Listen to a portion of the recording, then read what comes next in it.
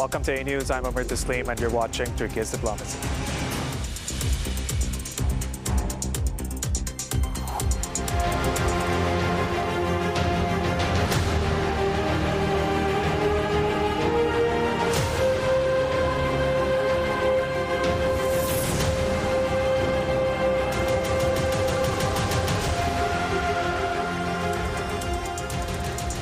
As the fighting in Ukraine continues, the United States and European allies are pushing forward with new security guarantees, even though key disagreements over territory remain unresolved. At the same time, Syria is seeing renewed clashes in parts of Aleppo, while contacts between Ankara and Damascus point to closer coordination on security and stability. In Gaza, the ceasefire remains in place, but ongoing strikes and restrictions on aid are keeping the situation fragile. And beyond these conflicts, tensions linked to Yemen, the Red Sea, and Washington's latest moves against Venezuela are adding further pressure to an already crowded global agenda.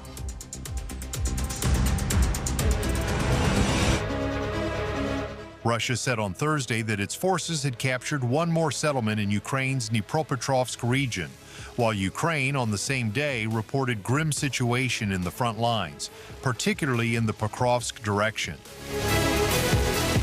In its daily combat report, the Russian Defense Ministry said that the Russian troops took control of the Bratska settlement in Ukraine's Dnipropetrovsk region. The Russian forces continued offensive operations across multiple front lines, including Sumy, Kharkiv, Donetsk, Dnipropetrovsk, and Zaporizhia, striking on energy and port facilities used by the Ukrainian army, drone assembly and storage sites, and temporary deployment points for Ukrainian troops and foreign mercenaries, the ministry said. Also on Thursday, Commander-in-Chief of the Armed Forces of Ukraine, Oleksandr Syrsky, said that the Pokrovsk direction remains the most critical sector of the front lines, with around 50 combat engagements occurring daily. Despite intense pressure, Syrsky emphasized that the Ukrainian forces retained control over areas in northern Pokrovsk. He also warned that the Russian forces were reinforcing their positions with reserve units and actively seeking opportunities to advance further along the front line in Pokrovsk. Meanwhile, Ukrainian President Volodymyr Zelensky said on Thursday that a document on U.S. security guarantees for Ukraine is being prepared for finalization at the highest level. After a conversation with Ukraine's top peace negotiator Rustem Umerov on the results of the peace talks in France, Zelensky said in a post on X that the Ukrainian delegation discussed documents related to recovery and economic development with the U.S. and European partners, as well as the basic framework for ending the conflict. The U.S. side will engage with Russia, and Ukraine expects feedback, he added. The Ukrainian negotiation team on Wednesday held talks with national security advisors from several European countries, White House Special Envoy Steve Witkoff and Jared Kushner, U.S. President Donald Trump's son-in-law. The discussions focused on ways to end the conflict and provide security guarantees for Ukraine. Joining me now is Prem Singh Gill. Prem is a fellow at the Royal Asiatic Society in London. Prem, welcome to the program. Thank you very much for having me back on this new year. Prem, with the U.S. and Europe now working on these new multi-layered security guarantees for Ukraine, do you think they're actually strong enough to deter Russia from attacking again, especially compared to the Budapest Memorandum, which indeed fell apart? Let me be blunt. The Paris Declaration signed, which is recently, on January 6th, which represents the most significant commitment to Ukraine's security since the war began. But it fundamentally lacks one thing that actually deter Putin, which automatically a military intervention happened. So here's what that makes the difference by the Budapest and why it might still fail. Budapest was worthless because it was designed to be worthless. In 1994, memorandum was deliberately structured as a political statement rather than a legally binding treaty precisely because the US and the UK refused to commit to military force. So the term Assurances was chosen over guarantees, specifically because guarantees implied a commitment to use military force, which the US government would not be able to provide and which the Senate would never ever ratify. So looking back in the 2026 framework is stronger, but it is still hedged.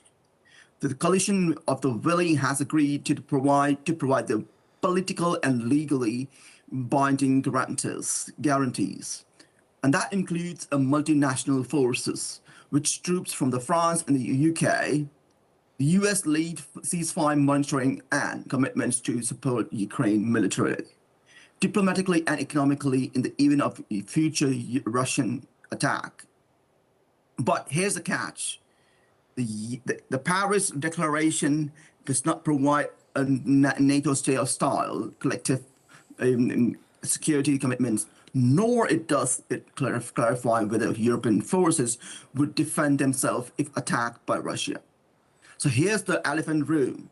All these security guarantees can only be activated once a ceasefire is agreed, which gives Russia perfect leverage to reject the entire framework by simply refusing to stop fighting. Prem, we're at this point where, the talks are focusing on security guarantees and possible peace deals. What do you see as the biggest hurdle to finding something that gives Ukraine the solid protection it needs, while also dealing with Russia's demands for neutrality and holding on to the territories that they've seized? So this is where the diplomacy meets cold reality. The peace talks have exposed unbridgeable chasm. Ukraine's on the red line.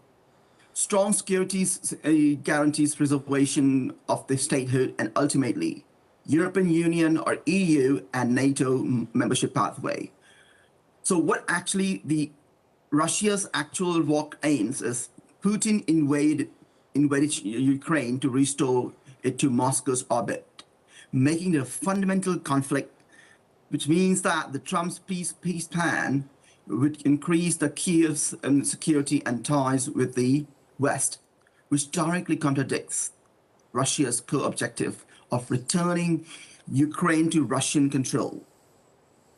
So Putin is actually not fighting for land, but he's actually fighting for Ukraine itself.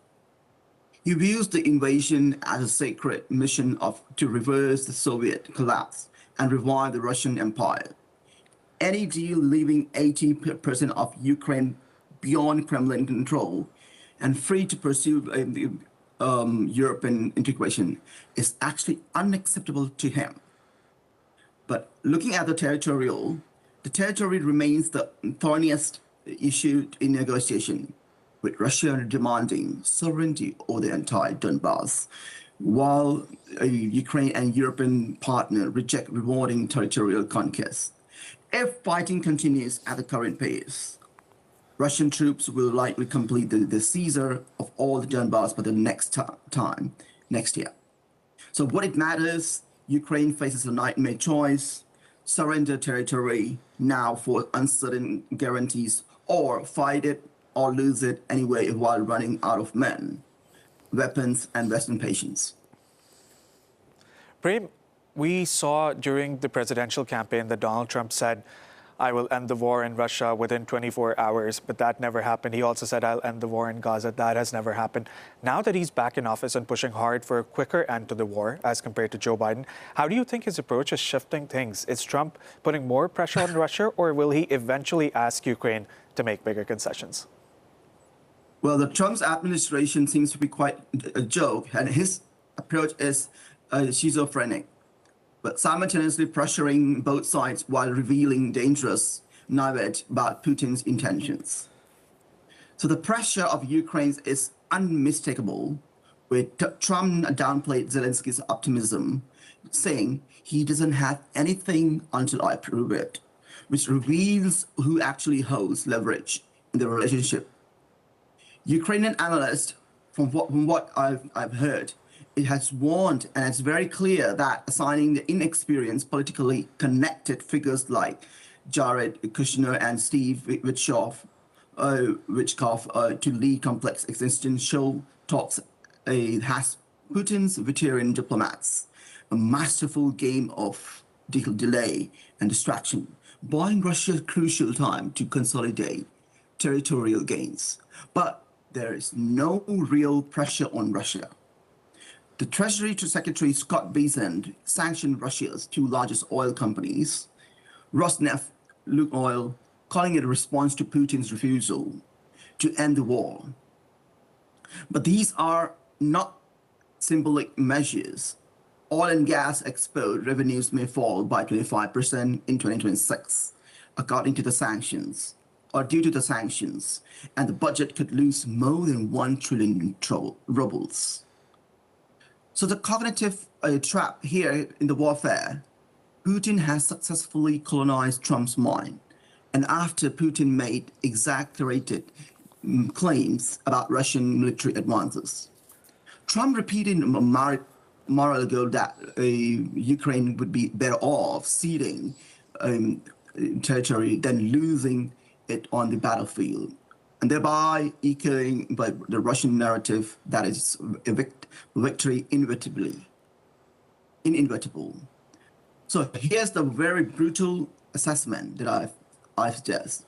Russia has repeatedly said it will not accept deployment of NATO troops to Ukraine as part of any peace deal.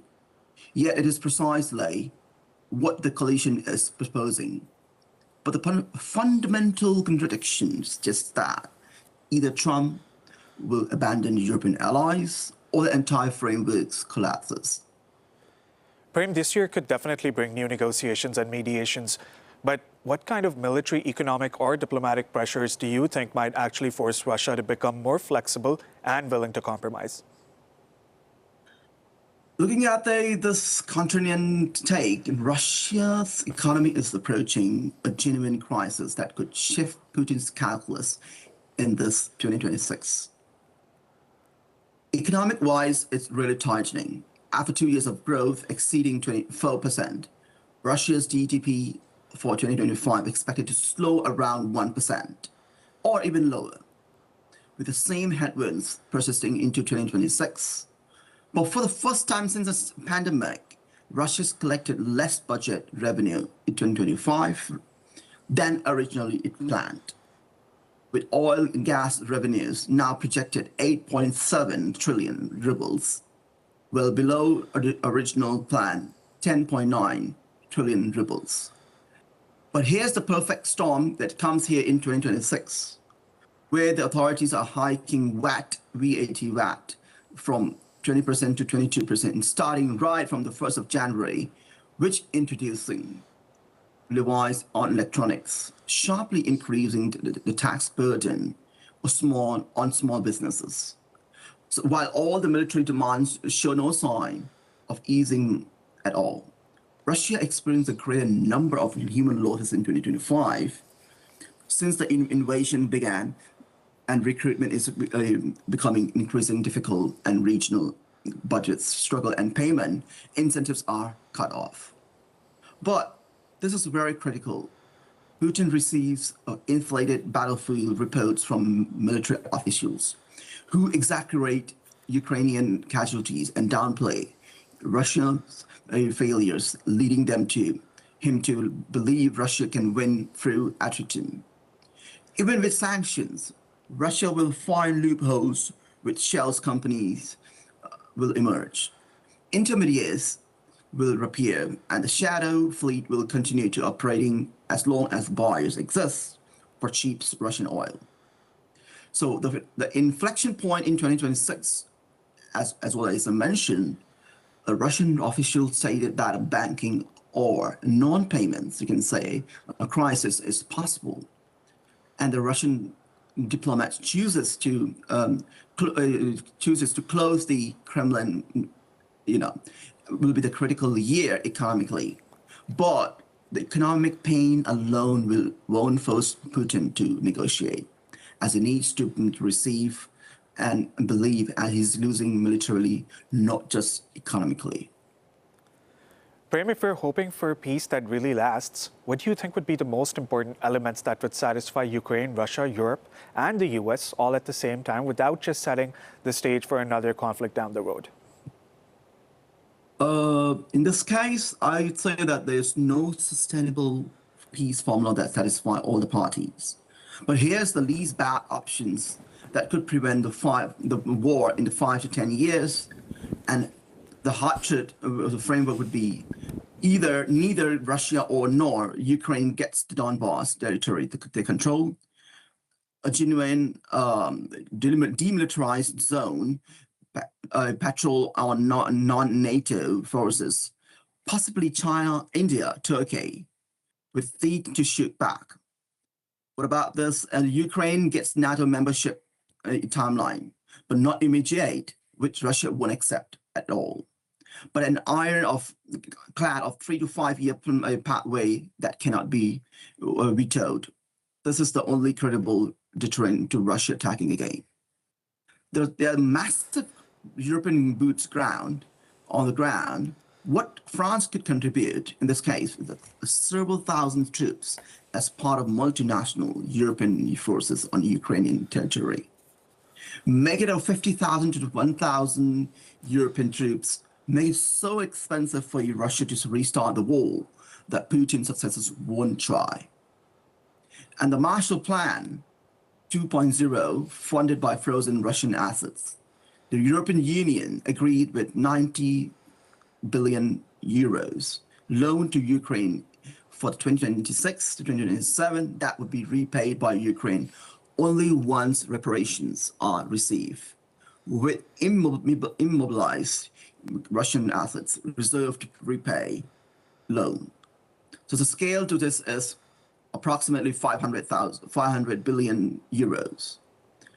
So having a China as a guarantor but not spectator, what I would reckon Beijing has leverage over Russia through oil purchases. So make the China participation in guarantees not negotiable. That is a catch. So if Russia breaks the deal, China cuts them off. So why this probably won't happen? Putin remains confident he can achieve a decisive breakthrough in 2026, given the Ukrainian manpower shortages and weakening. Western resolve that have a very heavy effect. So Ukraine's position in deteriorating and UK, US pressure is mounting, with tail risk growing both ends. A weakened Ukraine forced to capitulate, or a desperate Ukraine taking bigger gambles that cause further Russian escalation. Prem Singhil, thank you so much for that analysis. It was a pleasure having you on another episode of Turkey's Diplomacy. Thank you so much.